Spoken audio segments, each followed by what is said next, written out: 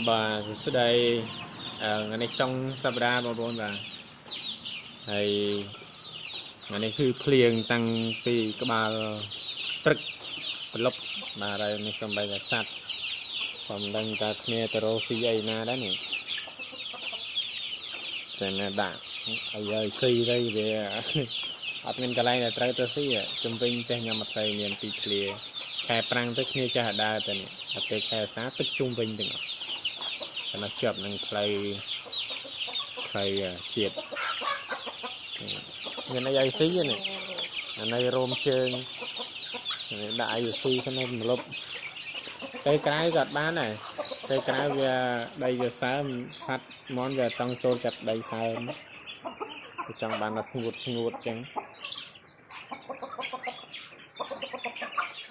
ដាក់អីវាស៊ី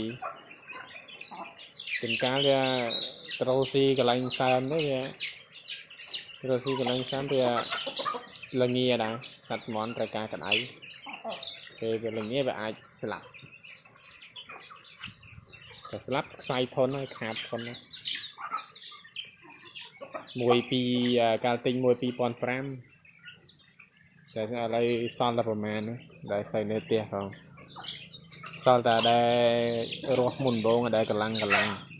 នេះថាវាស៊ីអាហារបានច្រើនជាងគេវាធំស្ទុះធំលឿនអានឹងអង្គទីកវាខ្លាំងកម្លាំងវាខ្លាំងងាយងាប់ផ្សេងតែងាប់អស់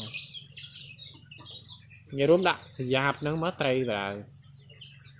ស្យាបហ្នឹងត្រីមកលុបមន់បាទឲ្យតែដាក់ឲ្យវាស៊ីកន្លែងផ្សេងក៏ទៅទៀតចឹងឲ្យវាស៊ីនៅហ្នឹងទៅធ្វើម៉េចសัตว์វារស់នៅមួយយើងដែរចឹងវាក៏ត្រូវការមកលុបត្រូវការអីដូចគ្នាដែរចឹងវាស៊ីវានៅ